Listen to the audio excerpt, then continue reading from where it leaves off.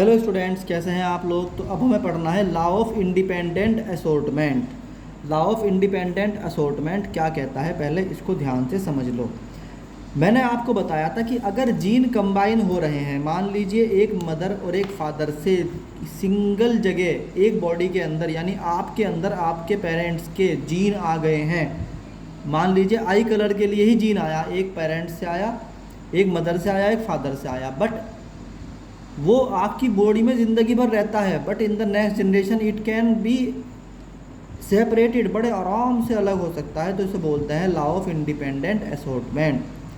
ठीक, when two pairs of trait, जब pair of trait जो होता है कंबाइन इन ए हाइब्रिड सेग्रीग्रेशन, जब एक हाइब्रिड सेग्रीग्रेशन के अंदर जुड़ता है of one pair of character is independent of other pair of character, यानी कि जब एक ट्रेट का पेयर जो है वो कंबाइन होता है किसी हाइब्रिड में, और जब वो अलग होता है तो वो बिल्कुल इंडिपेंडेंट है, चाहे वो 1000 जनरेशन भी रहा हो एक साथ, तब भी उसको अलग होने में कोई प्रॉब्लम नहीं है।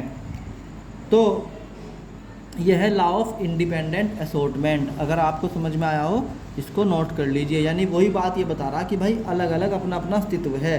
अगर आपकी आँख जो है वो ब्राउन है और उसके अंदर मान लीजिए एक कैरेक्टर जो है वो ब्लैकिश का भी है, तो हो सकता है कि आपकी अगली जनरेशन यानी आपकी बॉडी में वो एक साथ है, बट नेक्स्ट जनरेशन में जाने के बाद वो आराम से अलग अलग हो सकता है। यानी सबका अपना अपना अस्तित्व है।